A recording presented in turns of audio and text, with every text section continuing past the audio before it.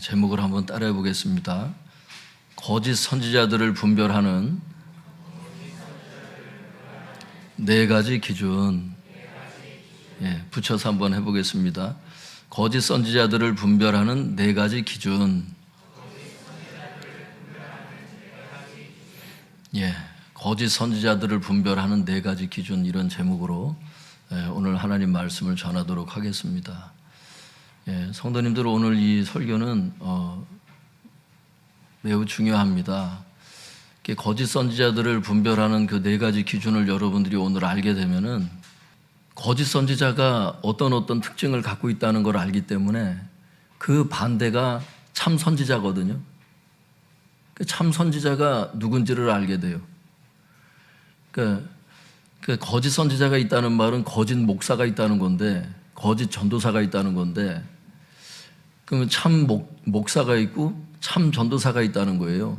여러분, 이게 대단히 충격적인 얘기죠. 과연 이런 설교를 할 수 있을까? 근데 오늘 본문 말씀이 그런 거기 때문에 그렇게 전하지 않을 수가 없어요. 저 혼자 개인 생각이 아니라 많은 학자들이 그걸 얘기를 하고 있기 때문에, 어디 구석에서 얘기하고 있는 게 아니에요. 훌륭한 학자들이, 이렇게 다 실력 있는 학자들이 얘기하기 때문에, 모르는 분들은 그런 분들을 모르기 때문에 여태 모르고 살았을 뿐이에요. 그러면 성도님들 보세요. 거짓 선지자가 분별이 되면 참 선지자가 어떤 특징이 있는지를 알게 되니까, 그러면 이런 게 있잖아요. 거짓 선지자가 있고 참 선지자가 있으면 그 사람들을 따라다니는 사람이 있을 거 아니에요? 그 사람들을 추종하는 사람들이 있을 거 아니에요? 그 사람들의 설교를 듣는 사람들이 있을 거 아니에요? 그 설교가 좋으니까 가는 거거든요. 그러니까 거짓 선지자의 밑에서는 거짓 성도가 만들어져요. 참 선지자 밑에서는 참 성도가 만들어지고, 그럴 확률이 크죠. 그러니까 오늘 설교가 단순히 이런 설교가 아니고, 여러분, 내 영혼을 지키는 방법이에요. 오늘 이것을 알고, 근데 오늘 이것을 알게 되면 여러분 스스로가 놀랄지도 몰라요. 내가 거짓 성도였을 수도 있어요. 그러니까 빨리 돌이켜야지. 그러니까 오늘 설교를 듣고 났을 때, 내가 이런 면에서는 교역자로서 굉장히 거짓된 삶이었구나, 이런 걸 느낄 수도 있어요. 그러니까 성도님들, 오늘 이 설교를 한번 잘 들어보시고 신앙생활을 하는데 정말 꼭 필요한 말씀이 될 수 있길 바랍니다. 그래서 거짓 선지자들을 분별하는 네 가지 기준 시작하도록 하겠습니다. 주님 말씀 마태복음 7장 15절 같이 읽어보겠습니다. 시작. 거짓 선지자들을 삼가라. 양의 옷을 입고 너희에게 나아오나 속에는 노략질하는 일이라. 삼가라, 이거는 조심해라, 이런 뜻이거든요. 그러니까 거짓 선지자들을 조심해라, 주님께서 말씀하셨어요. 거짓 목사들을 조심해라, 주님 말씀하신다. 왜 그러느냐? 양의 옷을 입고 너희에게 나온다는 거예요. 양의 옷을 입고 나온다는 게 뭐냐? 이따가 얘기하겠지만 목자들이 입는 옷이 양의 옷이었어요. 그러니까 목자의 형태로 온다는 거야. 목사라는 직분을 갖고 온다는 거야. 이따가 바클레이가 이제 설명하기 때문에 그건 이따 보겠어요. 맛배기로 일단 아웃라인을 잡아드리는 거예요. 그래서 오늘 먼저 해야 될 것은 뭐냐면, 속에는 노략질하는 일이라, 이거는 뒷면에서 할 거예요. 그 까만 글씨를 굵게 해놨던 이유는 일단 그거부터 정리를 하겠다는 거예요. 그러니까 거짓 선지자들을 조심해라. 양의 옷을 입고 너희에게 나아온다. 여기까지 일단 보겠다는 거예요. 앞장에서. 그 밑에 보겠습니다. 먼저 본문 말씀을 이해하기 위해서 거짓 선지자들은 누구인가에 대한 학자들의 견해를 들어보겠습니다. BKC 주석은 거짓 선지자들에 대해서 간단히 이렇게 말을 해요. 넓은 길 옹호자들. 한번 따라해 볼까요? 넓은 길 옹호자들. 넓은 길 옹호자들. 넓은 길을 좋아하는 거야. 넓은 길을 주장하고 넓은 길을 따라가는 건데, 좁은 길이 뭔지 지난 시간에 다 했잖아요. 좁은 길이 뭔지를 얘기를 했잖아요. 넓은 길 옹호자들이라는 거야. 양영희 교수님은 좀 더 자세히 이렇게 말했습니다. 거짓 선지자들은 누구인가? 아마도 그들은 교회 내부에 있는, 이 거짓 선지자는 교회 내부에 있다는 거예요. 교회 내부에 있는, 교회 외부에 있는 이단이 아니에요, 여러분. 여기서 얘기하는 거짓 선지자는 교회 내부에 있는 고백적인 그리스도인으로서 구원은 받아서 이 사람이 처음에는 교회 내부에 있는 고백적인 그리스도인으로서 13절과 14절에서 지난 시간에 했던 그 말씀이 그래서 중요하다 그랬잖아요, 제가. 13절, 14절에서 언급된 좁은 문과 좁은 길로서의 제자도 대신에 예수님은 좁은 문으로 들어가라 그러셨고 좁은 길을 가라 그러셨는데 그것 대신에 뭘 주장하는 거예요? 넓은 문과 넓은 길로서의 제자들을 제시하는 거짓 지도자를 의미하는 것으로 보인다. 여러분, 이 양영희 교수님이 총신대 교수님이야. 그러니까 예정론을 믿잖아. 장로교 쪽에서는 감리교는 좀 다르지만 그러다 보니까 칼빈의 이제 주장에 따라서 이거를 주장하는 분인데 이런 글을 써요. 교회 내부에 있는 거짓 지도자를 의미한다. 이렇게 얘기하잖아요. 교회 내부에 있는 거짓 지도자들. 누구겠어요? 거짓 목사들, 거짓 전도사들. 거짓 목사와 거짓 전도사가 존재하는데 여러분 거짓 성도는 없겠어요? 거짓 장로, 거짓 집사, 거짓 권사 충분히 있죠, 여러분. 이따가 그 근거 구조들을 볼게요. 성경에서 뭐라고 말씀하시는지. 좁은 문 대신에 넓은 문으로 들어가라고 얘기하는 사람이 이제 이게 거짓 지도자인 거예요. 교회 내부에 있는 사람 중에 이런 사람들이 있다는 거예요. 지금도.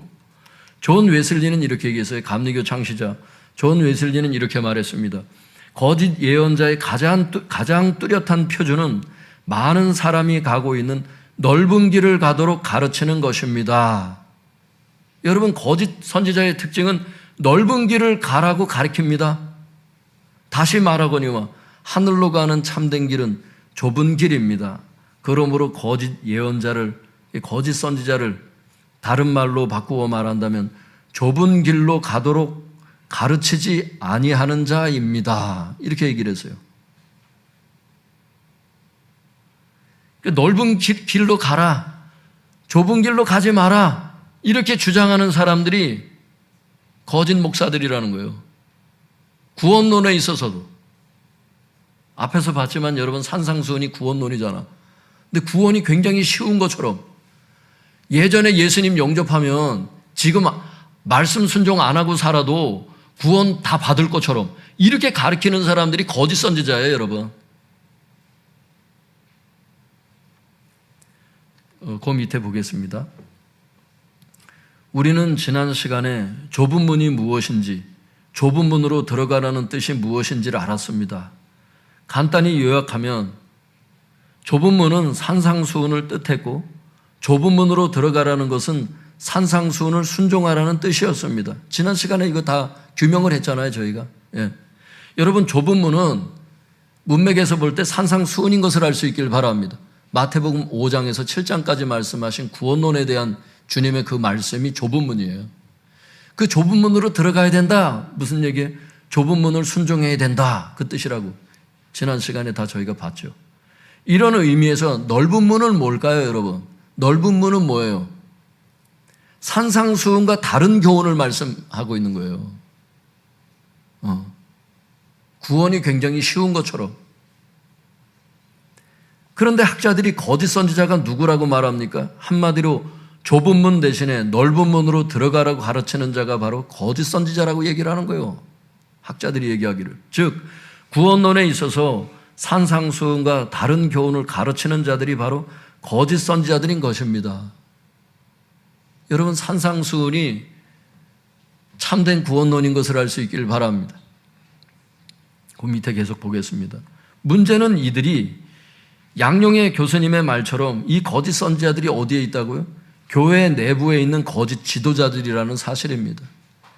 아니 교회 내부에 이렇게 거짓 목사가 존재할 수 있겠나? 여러분 사도행전 20장에 그걸 사도 바울이 경고했잖아요. 그 밑에 말씀 같이 읽어볼까요? 시작. 내가 떠난 후에 사나운 이리가 여러분에게 들어와서 그 양떼를 아끼지 아니하며 또한 여러분 중에서도 제자들을 끌어 자기를 따르게 하려고 어그러진 말을 하는 사람들이 일어날 줄을 내가 아노라. 내가 아무의 은이나 금이나 의복을 탐하지 아니하였고.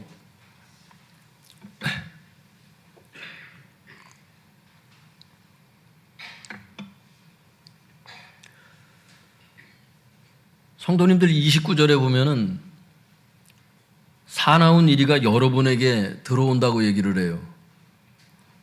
아까 제일 꼭대기에 마태복음 7장 15절을 우리가 서두에서 읽었잖아요. 거기 노략질하는 이리라. 이리의 특징이 여러분 그게 이리를 거짓 선지자라고 얘기를 하고 있잖아요. 이게 지금 뭐라고 얘기하는 거냐면 29절에 사도 바울이 내가 떠난 후에 사나운 이리가 여러분에게 들어온다 그래서 여기 여러분이라는 게 이따가 보면 알지만 이게 장로들을 에베소 교회 장로들을 불러 모아놓고서 이거 얘기를 하는 거거든요, 이게. 근데 여러분, 이 사나운 일이, 이 거짓 선지자가 여러분에게 들어온다는 거예요. 교회 안으로 들어오게 된다는 거예요.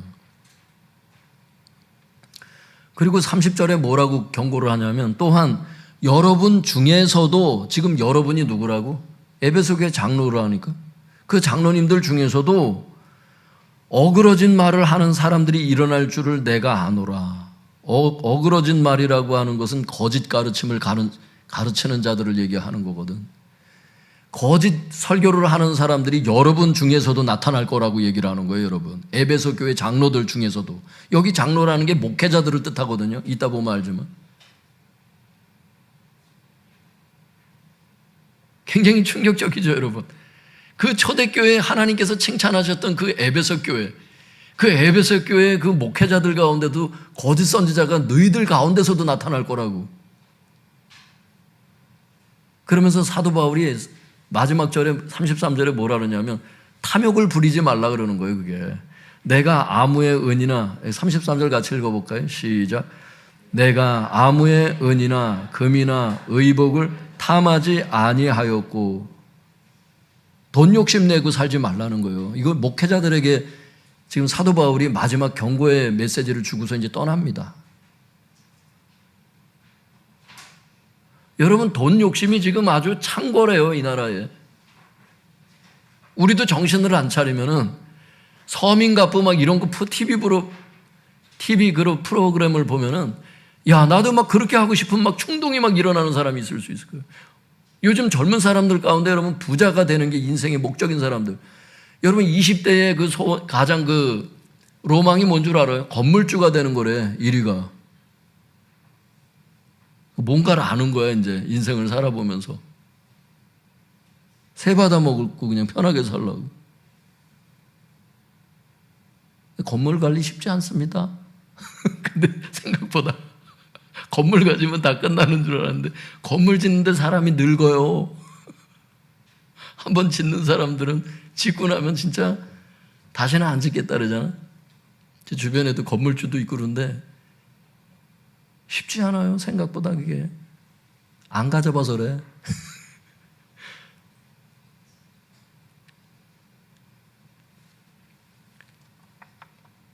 거짓 목사들 되지 말라 그러면서 욕심내지 말라고 이따가 또 나오니까 또 보도록 하고요. 아웃라인은 그런 말씀입니다. 이게 그 밑에 보겠습니다. 29절의 이리는 마태복음 7장 15절처럼 거짓 선지자들을 뜻합니다. 그리고 이 말씀의 배경은 에베소 장로, 감독이라고 문맥에 나오거든요. 에베소 감독이니까 목사들을 뜻하는 거예요. 장로라고 표현이 돼도. 에베소 감독들에게 권면하는 말씀입니다. 그래서 케네스 에겐 목사님은 여기서 장로를 목회자라고 해석을 합니다. 그러므로 29절에 사나운 이리가 여러분에게 들어온다는 말은 거짓 선지자들이 교회 내부로 들어온다는 말입니다. 그리고 30절에 여러분 중에서도 어그러진 말, 다시 말해서 거짓 가르침을 하는 사람들이 일어난다는 말은 에베소 교회 목회자들 중에서도 어그러진 말을 가르치는 거짓 선지자들이 나온다는 말입니다. 여기서 어그러진 말, 거짓 가르침을 가르친다는 뜻은 오늘 본문과 관련해서 볼 때 좁은 문에 대해서 설교하지 않고 넓은 문에 대해서 설교하는 것을 뜻한다고 볼 수 있습니다. 왜냐하면 앞에서 학자들이 설명한 대로 이것이 거짓 선지자가 하는 일이기 때문입니다. 이 구절에 대해서 오덕후 교수님이 이렇게 설명해요. 제가 설명한 대로 오덕후 교수님이 똑같이 설명합니다. 흉악한 이리가 교회에 들어와 양떼를 해칠 것이다. 이 말씀은 거짓 교사들이 교회를 잘못된 길로 인도할 것에 대한 경고이다. 본문에는 거짓 교사의 특징이 3가지가 나온다. 첫째, 에베소 교회 장로들 중에서도 거짓 교사가 나온다는 것이다. 여러분, 에베소 교회 목회자들 중에서도 거짓 교사가 나온다는 것을 알 수 있길 바랍니다. 즉 거짓 교사는 악한 사람으로부터만 나오는 것이 아니라 하나님의 일을 하던 사람으로부터도 나온다. 이것은 예수님의 12제자 중에서 예수님을 배반한 사람이 나온 것과 유사하다. 가룟 유다가 예수님을 따르다가 배반했잖아요. 그와 똑같은 원리라는 겁니다. 교회 지도자들은, 여러분, 이게 오덕후 교수님이 그래서 이렇게 경고하잖아요. 교회 지도자들은 자신이 이런 거짓 교사가 되지 않도록 항상 자신을 돌아봐야 한다. 여러분, 목사님들을 위해서 기도할 때 마지막까지 거짓 목사가 되지 않도록 중보할 수 있길 바랍니다. 필요하다는 겁니다, 이것이. 왜? 사도 바울이 목회하던 에베소 교회 목회자들 중에 여러분, 그게 거짓 목사가 나올 수 있다면 지금은 왜 나올 수가 없어? 정신 안 차리면 다 나올 수 있는 거예요, 여러분. 거짓 성도가 왜 안 나타날 수 있어? 거짓 목사가 존재하고는. 자기만 모를 뿐이지. 여러분, 이것이 우리에게 충격적인 말씀인 거예요. 이 사도 바울의 경고가. 이게 구약 말씀이 아니잖아요, 사도행전이. 신약에서 여러분 하신 말씀 아니야. 거짓 목사가 존재한다는 거야, 교회 안에. 꼭 우리 교회 안에 존재한다는 게 아니라 이런 세계 교회들, 한국 교회들 안에 이게 있다는 거예요. 네, 거기 보겠습니다. 지금까지의 내용을 정리하면 거짓 선지자들의 특징을 알 수 있습니다. 거짓 선지자들의 특징이 무엇입니까? 첫째, 거짓 선지자들은 교회 내부에 있는 거짓 지도자들입니다. 둘째, 거짓 선지자들은 좁은 문에 대해서 설교하지 않고 넓은 문에 대해서 설교하는 자들입니다. 여러분, 그래서 산상수훈의 설교를 아직 전체적으로 듣지 못한 성도님들은 교회 인터넷 카페에 들어가가지고 유튜브에 들어가서 제 설교 중에 마태복음 5장에서 7장에 걸친 설교가 있어요. 산상수훈. 그 내용을 반드시 다 들어볼 수 있길 바랍니다. 그거를 들어야 여러분, 좁은 문에 대해서 설교하지 않고 넓은 문에 대해서 설교하는 자들이다, 이 말이 무슨 뜻인지를 알지. 산상수훈의 내용을 모르는데 어떻게 거짓 선지자들을 분별하겠어요, 여러분? 여러분이 면허증만 땄다고 해서 끝나는 게 아니야. 면허증을 따도 운전을 잘 못하는 사람이 있을 수 있는 것처럼 신학교를 나오고 목사 면허증을 따도 여러분 잘못된 길로 가는 사람이 있을 수 있다는 걸 아셔야 돼. 그 면허증 하나 가지고 끝나는 시대가 아니야, 지금은. 믿습니까? 정직하게 말씀드리는 거예요. 정직하게. 저는 그분을 제가 비판하고자 하는 게 아니라 여러분이 지금 분별하라고 지금 말씀을 드리는데, 제가 나온 신학교가 여러분 한국에서도 굉장히 유명한 신학교예요. 자랑하려고 말씀드리는 게 아니야. 그런 데까지 그런 힘든 신학교를 나왔음에도 불구하고 제가 신학교에 가서 제가 느낀 것은 어떤 여자 전도사님이 고민을 하더라고. 신학교를 가는데. 뭔 고민을 하나 그랬어요. 그랬더니 그러더라고. 나를 하나님이 주의 종으로 불렀는지를 모르겠대. 장신 때는 합격해서 왔는데, 장로회 신학대학교를 합격해서 왔는데 대학원 들어가기가 굉장히 힘들거든요. 근데 그렇게 어려운 걸 뚫고 들어왔는데 거기서 고민하더라고. 하나님이 나를 진짜 불렀나? 신학교의 현실을 제가 보면서 하나님께서 말씀하시면 안 헷갈리잖아. 모르는 거는 못 들었다는 뜻이거든. 여러분 지금 어떤 거를 결정하려는데 헷갈리세요? 주님의 목소리를 못 들은 거야. 주님께서 말씀하시면 내 영이 알지. 믿습니까?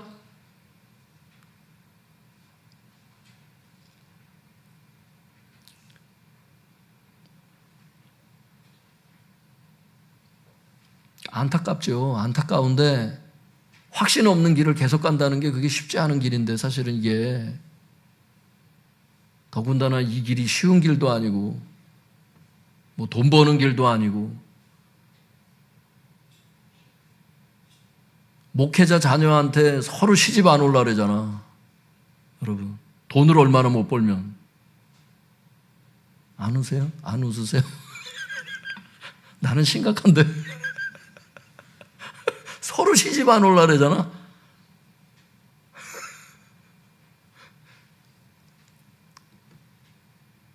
그래도 구원은 하나님께 있는 것을 알 수 있길 바랍니다.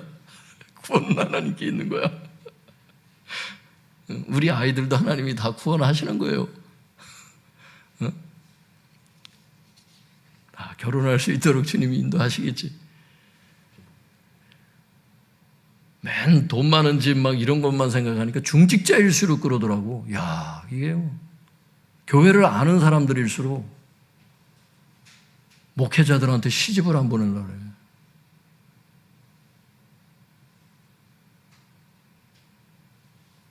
그걸 어떻게 하느냐? 우리 아들도 신학교를 나왔잖아. 그 여자 전도사님들이 얘기하는 얘기들을 이렇게 쭉 얘기를 해주는데, 야, 참. 그러니까 사도 바울이 아까 그 사도행전 그 마지막 절에 33절에서 내가 아무의 은이나 금이나 의복을 탐하지 아니했다고 자기를 본받으라는 거예요.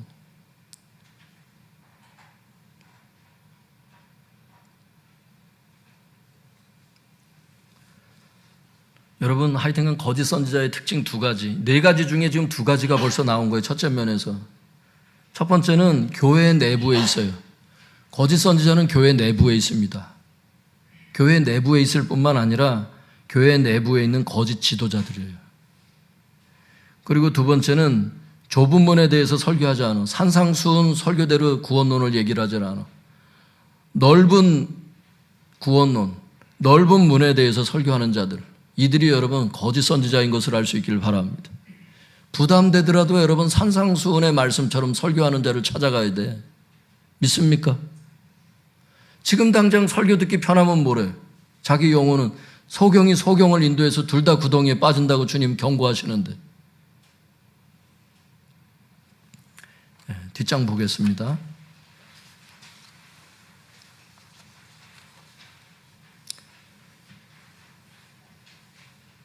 사실 이 두 가지 특징이 마태복음 7장 15절에 나오는 양의 옷을 입고 너희에게 나아오나의 의미입니다. 이와 관련하여 바클레이는 이렇게 말합니다. 예수께서는 거짓 선지자들을 가르쳐 양의 가죽을 쓴 이리와 같다고 말했다. 목자가 들에서 양을 지킬 때 입는 옷은 겉은 가죽이고 안은 양털로 된 옷을 입고 있었다. 안이 양털로 된 옷을 입었다는 게 이게 양의 옷을 입고 나온다는 거예요. 이게 목자의 옷이 양의 옷이라는 뜻입니다, 여러분. 그래서 바클레이가 얘기를 하는 거예요. 그러나 목자의 옷을 입었다고 해서 양의 옷을 입고 나온다고 해서 누구나 목사는 아닌 것이다. 면허증을 갖고 있다고 해서 다 목사가 아니라는 겁니다. 믿습니까? 그래. 바클레이 같은 세계적인 신학자가 이렇게 얘기를 하잖아. 이 구절에 대해서. 양의 옷을 입는다고 해서 다 목사는 아니라고. 그 밑에 보겠습니다. 거짓 선지자들은 교회 밖에서 이단의 모습으로 우리에게 다가올 수 있죠. 하지만 더 중요한 것은 지금 주님께서 말씀하시는 것은 뭐예요? 거짓 선지자들은 양의 옷을 입은 목자의 모습으로 우리에게 다가온다는 사실입니다. 그래서 그들은 교회 내부에 있으며 넓은 문에 대해서 설교합니다. 바라기는 교회 내부에 있는 거짓 목자들을 조심하시고 이들의 거짓 설교를 조심하시기 바랍니다. 거짓 평안, 거짓 구원론. 다시 한번 말씀드릴게요, 성도님들. 세계적인 복음주의 신학자, 한국이 낳은 정말 세계적인 복음주의 신학자 김세윤 박사가 여러분 한국에 와서 뭐라고 얘기를 해? 그의 책에 뭐라고 얘기를 해? 칭의의 개념도 한국 교회가 제대로 이해를 못하고 있다는 거예요. 칭의. 그 칭의는 시제로 따지면 세 가지로 나눌 수 있다는 거예요. 과거적인 칭의, 과거에 내가 예수님을 영접함으로 구원을 받은 과거적인 칭의. 그 다음에 그 구원을 기반으로 해서 말씀 순종하는 현재적인 칭의가 있답니다. 성화의 삶을 살아가는, 말씀대로 살아가는, 과거적 칭의를 받은 사람들이 현재적 칭의의 삶을 살지요. 그 현재적 칭의의 삶, 말씀대로 순종하는 삶, 그 삶을 살았던 사람들에게 주님께서 미래의 칭의를 주신다는 거예요. 하나님의 심판대에서 궁극적인 칭의, 진짜 네가 의롭다라고 선언하신다는 거예요. 그 하나님의 심판대에 다 서야 된다는 거예요.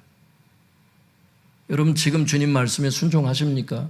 아니면 구원은 다 따놓은 당상처럼 그냥 마음대로 살아가십니까? 저는 신학교 다닐 때 박사학위 3개를 받은 분이 제 그 동기 중에 있었는데 그 형님이 저한테 그러더라고요. 나는 구원의 확신이 얼마나 대단한지 나는 지금부터 간음죄를 아무리 저질러도 나는 반드시 구원받을 줄 나는 믿는다고 이렇게 얘기하더라고요. 한 번 구원은 영원한 구원이기 때문에 나는 간음죄를 지금부터 아무리 지어도 나는 반드시 구원을 받게 될 거라고 이렇게 얘기하더라고요. 제가 무섭더라고요. 저는 그런 얘기가 좀 무서워요. 그게 구원의 확신인가? 과거적 칭의에 머물러 있어가지고 이 사람은 현재적 칭의의 삶이 얼마나 중요한지를 그걸 몰라. 궁극적인 칭의가 있다는 것도 몰라. 성경에 나오는데도. 옛날에 내가 예수님을 영접했으니까 지금은 아무렇게나 살아도 구원받을 수 있다고 생각하나 봐. 구원이 그런 겁니까, 여러분?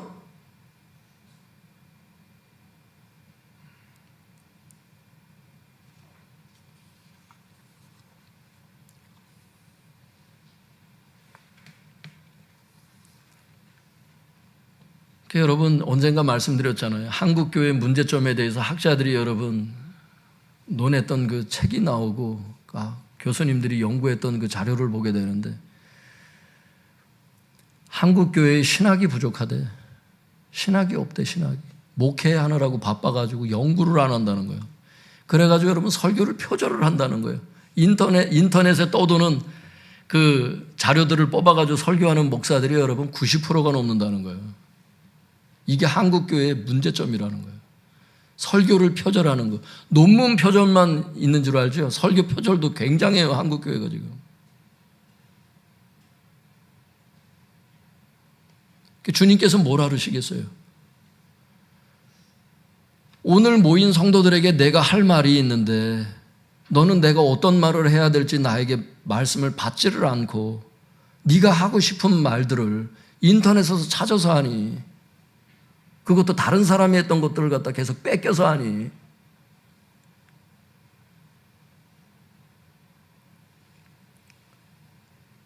예전에 제가 다녔던 그 모 교회가 있었었는데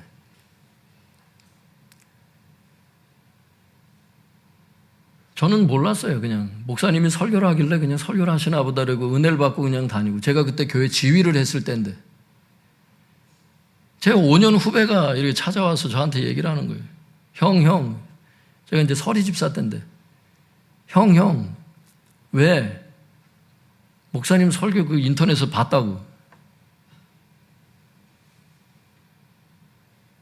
우리 담임 목사님이 인터넷에서 그 설교를 뺏겨가지고 그것을 설교를 한 거를 그 친구가 알게 된 거예요.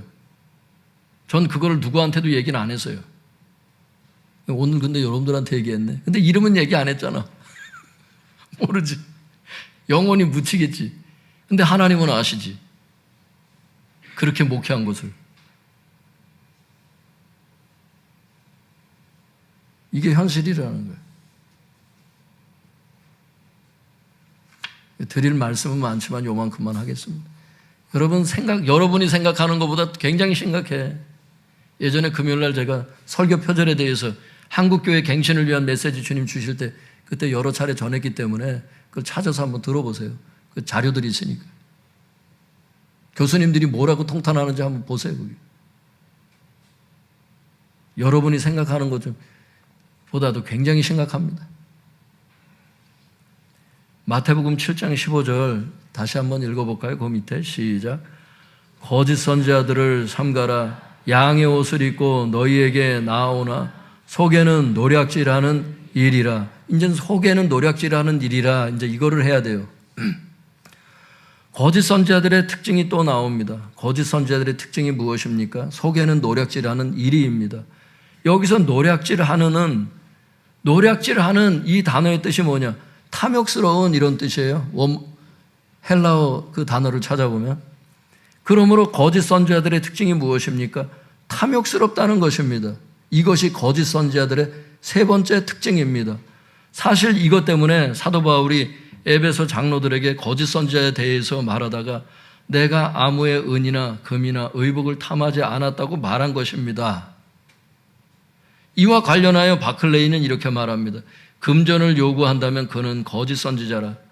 물은 누구든지 성령으로 말한다 하면서 나에게 돈과 필요한 물건을 달라고 한다면 너희는 그의 말을 듣지 말라. 예전에 제가 고등부 전도사를 할 때인데 고등부 교사 중에 한 분이 암에 걸렸어요. 그래서 그분이 제가 지금 얘기하면 여러분들이 알 수 있는 기도원인데 그 기도원에 가서 기도를 했어요. 20일 금식 기도를 하다가 이 암이 났어요. 믿습니까? 여러분 주님 살아계심을 믿습니까? 제가 지금 거짓말하지 않은 걸 믿습니까? 여기 증인들이 있다고. 그분을 아는 분들이 있다고. 고등부 때 있었던 사람이 있었기 때문에. 여러분 암이 그냥 치료된 것을 알 수 있길 바랍니다. 유방암이 치료가 됐어요. 근데 문제는 뭐냐면 그 원장이 찾아왔더래 어느 날. 원장이 찾아와서 이렇게 얘기를 하는 거예요. 우리 기도원에서 기도를 하다가 유방암이 났으니까 돈을 내십시오 그러더래. 이런 게 거짓 선지라는 거예요. 이런 게.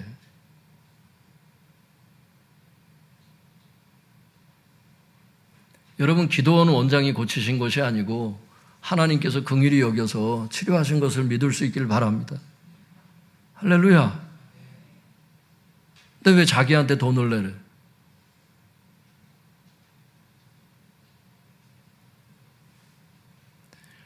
여러분 질병이 치유됐다고 해서 그 목사에게 돈을 줄 필요가 없습니다. 그 요구해도 안 되고 줘서도 안 돼요, 여러분. 여러분 하나님께 감사할 수 있기를 바랍니다. 왜? 주님께서 거저 받았으니 거저 주라 그랬어. 능력을, 은사를 주님이 거저 주셨잖아. 거저 나눠주라 그랬어, 주님이. 근데 왜 금전을 요구해? 거짓 선지자의 특징은 탐욕스럽다는 거예요. 이 탐욕이라고 하는 단어를 연구해 보잖아요, 성도님들. 이 욕심이라는 게 뭐가 욕심일까요? 그냥 조금 더 갖고자 하면 욕심인가요? 욕심의 기준이 뭘까? 뭐가 욕심일까? 제가 성경을 연구해 보건대 욕심은 이런 뜻이더라고. 탐욕이라는 단어가 주님이 우리에게 주신 재정의 그 바운더리가 있대요. 주님께서 우리에게 주시는 재정에 몫이 있는 것을 알 수 있기를 바랍니다. 그거보다 더 욕심내는 게 욕심이래요. 그래서 욕심내는 사람은 만족이 없어요. 주님이 돈을 더 줘도 더 갖고 싶지 거기에 만족하지는 않아요. 그 사람들의 특징이 그래. 탐욕스러운 사람의 특징은 감사가 없어요. 만족이 없어요.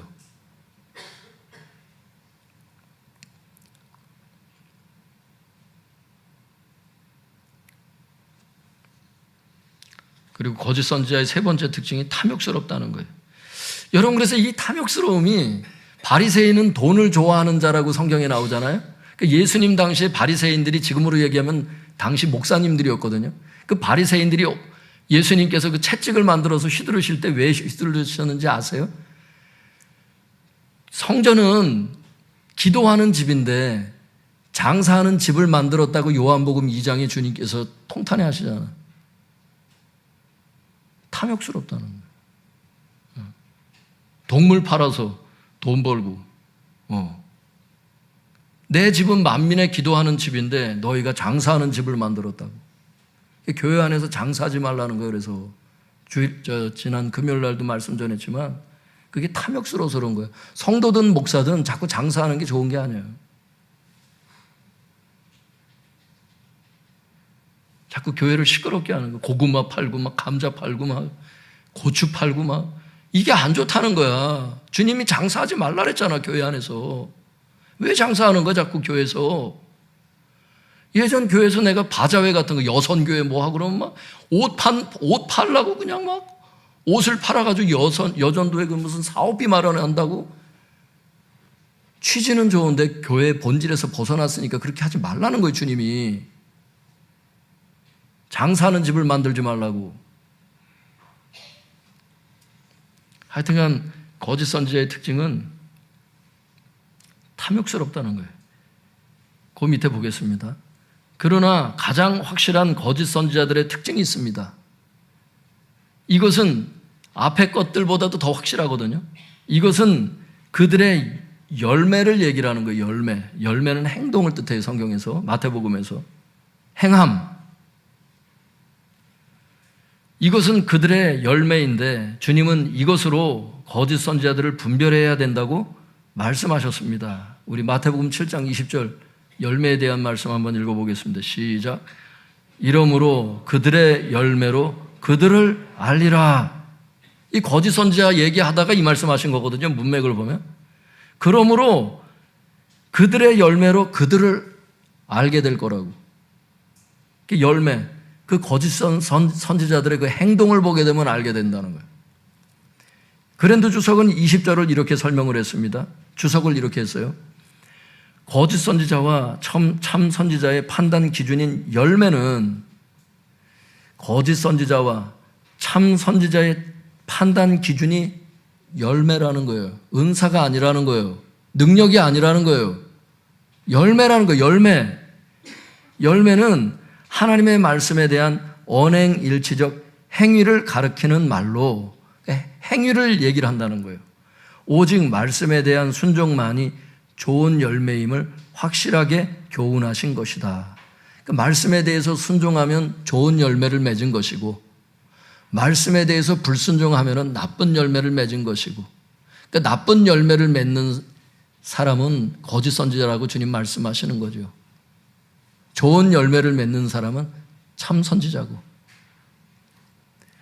이것을 문맥과 관련해서 좀 더 구체적으로 말한다면, 여기서의 열매는 지금 산상수훈 얘기하다가 열매 얘기하시는 거 아니에요. 여기서의 열매는 산상수훈에 대한 순종 여부를 말하는 것입니다. 즉 산상수훈을 순종하는 자는 참 선지자이고 산상수훈을 불순종하는 자는 거짓 선지자라는 뜻이거든요. 이 말씀을 연구해 보면 이렇게 귀결이 될 수밖에 없어요. 여러분, 산상수훈의 말씀을 순종하는 자는 참 선지자, 산상수훈을 불순종하는 자는 거짓 선지자. 여러분, 선지자만 그럴까? 성도들은 어떨까? 뭐가 거짓 성도겠어? 거짓 선지자를 따라가는 자가, 그 삶을 따라가는 자가 거짓 성도지. 산상수훈을 불순종하는 성도. 쭉정이죠, 쭉정이. 성경에서 얘기하는. 알곡과 쭉정이 말씀하시잖아요. 아무리 교회를 다니고 성경책 끼고 다니고 찬양을 열심히 해도 여러분, 말씀에 순종하느냐 불순종하느냐가 키인 것을 알 수 있길 바랍니다. 그 열매로서 그 사람을 분별한다는 겁니다. 밑에 보겠습니다. 거기 조그만 글씨, 거짓 지도자는 말만 하고 행하지 않는다고 마태복음 23장 3절에 말씀하시거든요. 말만 한다는 게 뭐예요? 거짓 지도자는 설교만 하고 자기가 했던 설교대로는 살지 않는다는 거예요. 참 선지자는 자기가 설교하고 자기도 그 설교대로 자기도 살고.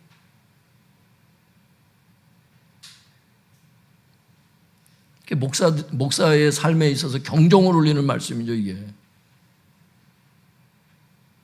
우리는 어떤 자인가? 설교만 하고 그 설교대로 나는 지키지 않는 자인가? 성도들에게만 은혜를 끼치고 자기는 벗어난 자인가? 그 밑에 보겠습니다. 사람들은 주의 종들을 볼 때 은사라든지 기적이라든지 어떤 능력을 볼 수 있습니다. 실제 은사 따라서 목사들 따라다니는 사람 되게 많아요, 여러분. 치유의 종이다, 여러분. 막 따라다녀요. 막 무슨 팬클럽처럼 따라다녀요. 사람들은 주의 종들을 볼 때 은사라든지 기적이라든지 어떤 능력을 볼 수 있습니다. 그러나 주님께서 보실 때는 이런 것들이 참 종의 기준이 아니라고 말씀하세요. 왜? 마태복음 7장 22절과 23절에 보면 그 말씀하시잖아요. 나더러 주여 주여 하는 자마다 다 천국에 들어갈 것이 아니요 내 아버지의 뜻대로 하는 자라야. 말씀에 순종하는 자라야 천국에 들어가리라. 그날에 나더러 많은 자들이 이르되 주여 주여 내가 선지자 노릇하고 귀신을 쫓아내고 많은 권능을 행하지 아니하였나이까 하리니 내가 그때 밝히 말하되 이 불법을 행하는 자들아 내게서 떠나가라 하리라. 여러분, 은사로 분별하는 게 아니에요. 하나님의 말씀대로 사느냐 안 사느냐. 이 열매가 굉장히 중요한 관건인 것을 알 수 있기를 바랍니다. 주님은 그게 분별의 기준이래요. 사람들은 주의 종들을 볼 때 은사라든지 기적이라든지 어떤 능력을 볼 수 있습니다. 그러나 주님께서 보실 때는 이런 것들이 참 종의 기준이 아니라고 말씀하십니다. 오직 주님께서 보시는 참 종의 기준은 산상수훈을 순종하는 삶입니다. 바라기는 우리의 관점이 주님의 관점과 같기를 바랍니다. 우리의 기준이 주님의 기준과 같기를 바랍니다. 주님은 말씀의 순종이 기준이라 말씀하시는데 우리는 능력이 기준인 거야. 누가 더 돈을 많이 벌게 할까? 어느 재단에 가면은, 어느 교회를 가면은 더 물질 축복을 받을 수 있을까? 막 이렇게 접근하니까. 교회를 선정하는 기준이 막 주차장이니까. 교회를 선택하는 기준이, 주의 종을 선택하는 기준이 여러분, 그 성경에 나오지도 않는 기준들이에요, 여러분. 열매를 보고 한다는 거예요, 열매를. 밑에 보겠습니다. 중요한 것은 산상수훈을 불순종하는 자가 바로 거짓 선지자라는 것입니다. 이것이 거짓 선지자들의 네 번째 특징입니다. 결론입니다. 거짓 선지자들의 특징이 무엇입니까? 첫째, 거짓 선지자들은 교회 내부에 있는 거짓 지도자들입니다. 둘째, 거짓 선지자들은 좁은 문에 대해서 설교하지 않고 넓은 문에 대해서 설교하는 자들입니다. 셋째, 거짓 선지자들은 탐욕스러운 자들입니다. 넷째, 거짓 선지자들은 산상수훈을 불순종하는 자들입니다. 여러분, 거짓 성도의 특징도 마찬가지예요. 교회 내부에 있죠. 거기서 뭐래요? 좁은 문을 믿고 신앙생활 안 하죠. 넓은 문을 믿고 신앙생활 하죠. 예. 설교는 하지 않더라도. 그리고 어때요? 탐욕스럽잖아. 돈 욕심 때문에 여러분 예배도 거르고, 그죠? 돈 때문에 여러분 하나님하고의 관계가 무너지는 사람들, 똑같은 길을 걷고 있는, 여러분 이게 목사만 그런 게 아니에요. 여러분 핑계를 안 대면 안 될 게 어디 있어. 핑계를 무조건 대는 거야. 어떻게 하면 그냥 교회를 안 나올까 연구하는 사람처럼. 하나님하고 관계가 멀어져서 그래. 그게 돈이 문제가 아니야. 돈은 선도 아니고 악도 아니에요. 쓰는 사람에 따라서 악하게 쓰이기도 하고 좋게 쓰이기도 하고 그런 중립입니다. 중성입니다. 내 마음이 악할 뿐이야. 탐욕스러울 뿐이야. 거짓 성도의 특징이 여러분 탐욕입니다. 그리고 거짓 성도의 특징이 뭐예요? 산상수훈을, 설교는 듣지만 산상수훈을 불순종하는 자들이잖아.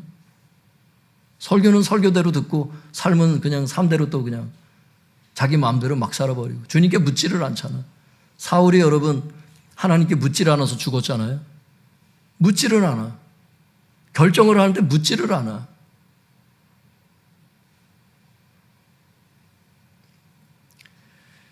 그럼 참 선지자의 특징은 뭐겠어요? 이 네 가지를 볼 때 참 선지자의 특징은 뭐겠어요? 교회 내부에 있는 참 지도자들이겠죠. 좁은 문에 대해서 설교하겠죠. 이 사람들은. 세 번째는 주신 재정에 만족하겠죠. 있습니까? 탐욕이 없겠죠. 주님께서 얼마를 주시든 간에 그 주신 재정 안에서 쓰는 법을 배웠겠죠. 자족하는 법을 배웠겠죠. 할렐루야. 그래요. 마지막 네 번째는 뭐겠어요? 산상수훈을 순종하는 자들이에요. 설교할 뿐만 아니라 100%는 살진 못한다 할지라도 여러분 최선을 다해서 산상수훈 말씀대로 살아가는 자들. 할렐루야. 참 성도는 누구겠어요? 그들도 교회 내부에 있어요. 참 성도도 교회 내부에 있죠, 당연히. 흰옷을 입은 자들, 사대교회 몇 명이 있대잖아요. 좁은 문에 대한 것을 믿음으로 갖고 있고요. 주신 재정에 만족하는 성도님들, 참 성도입니다. 주님께서 얼마를 주시든 간에 그 주신 재정 안에서 쓰는 법을, 자족하는 법을 아는 자들이죠. 주님께서 조금 주시면 그 조금 주면 돈을 더 벌기 위해서 여러분 예배를 내팽개치고 모임을 내팽개치고 돌아다니는 사람이 아니란 말이에요. 여러분 깨달을 수 있길 바랍니다. 이게 바른 설교인 것을 알 수 있길 바랍니다. 이게 정직한 설교인 것을 알 수 있길 바랍니다. 네 번째는 뭐겠어요? 산상수훈을 순종하는 성도들이겠죠. 산상수훈을 들었을 뿐만 아니라 산상수훈에 이런 게 있잖아요. 예를 들면 이성을 보고 마음에 음욕을 품는 자마다 이미 마음에 간음한 자들이라고. 여러분 마음에 음욕을 계속 품고 다니겠어요? 설령 그런 생각과 마음이 들어올 때 그걸 즐기겠어요? 회개하는 것을 알 수 있길 바랍니다. 그런 사람이 음란물을 보겠어요, 여러분? 깨달을 수 있길 바랍니다. 여러분, 음란한 걸 보는 그 눈을 뽑으라는 거예요, 주님께서. 음란한 손을 뽑으라는 거예요. 음란한 발을 가서는 안 될 곳을 가는 그 발을 끊어내라는 거예요. 그리고 천국 가는 게 낫다고 주님 경고하시는 거예요, 여러분. 산상수훈의 말씀 중에 하나가 그런 말씀이 있잖아. 음란을 지키기 위해서 여러분, 자기를 성결케 하기 위해서 여러분, 자기 눈을 지키기 위해서 여러분, 몸부림치냐는 겁니다. 세상은 음란한 걸 계속 틀어요. TV고 뭐고 영화고 볼 게 별로 없다니까. 그래서 맨날 자연인이다 뭐 이런 거나 보지, 뭐 한국인의 밥상 이런 거나 보지, 뭐 볼 게 있어야지. 집사람하고도 얘기했어요. 뭐 돈을 조금 더 내면은 무슨 프로그램을 더 많이 볼 수 있게 해주나 봐요. 우리는 이제 최하 가격으로 이제 TV를 보거든요. 근데 왜 이렇게 큰 TV를 설치했는지 몰라. 이번에 이사하면서. 근데 우린 얘기했어요. 어차피 볼 것도 없는데 뭐. 그냥 제일 싼 걸로 보자. 볼 만한 게 없어요, 솔직히.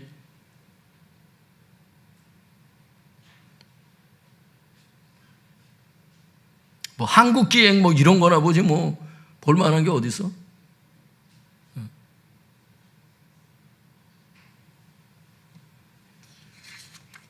여러분 눈을 지킬 수 있길 바랍니다. 청소년들 눈을 지킬 수 있길 바랍니다. 성경에 분명한 기준이 나와 있어요. 음란죄의 기준이 나와 있다고. 뭐가 음란죄인지를 예를 든 거예요. 그런 말씀들이 많아. 산상수훈에 마태복음 5장에서 7장까지 여러분 잘 숙지할 수 있길 바랍니다. 그 밑에 볼게요. 이것이 주님께서 말씀하신 거짓 선지자들을 분별하는 네 가지 기준입니다. 바라기는 이 네 가지로 거짓 선지자들을 잘 분별하셔서 미혹되지 마시고 끝까지 천국에 가시기 바랍니다.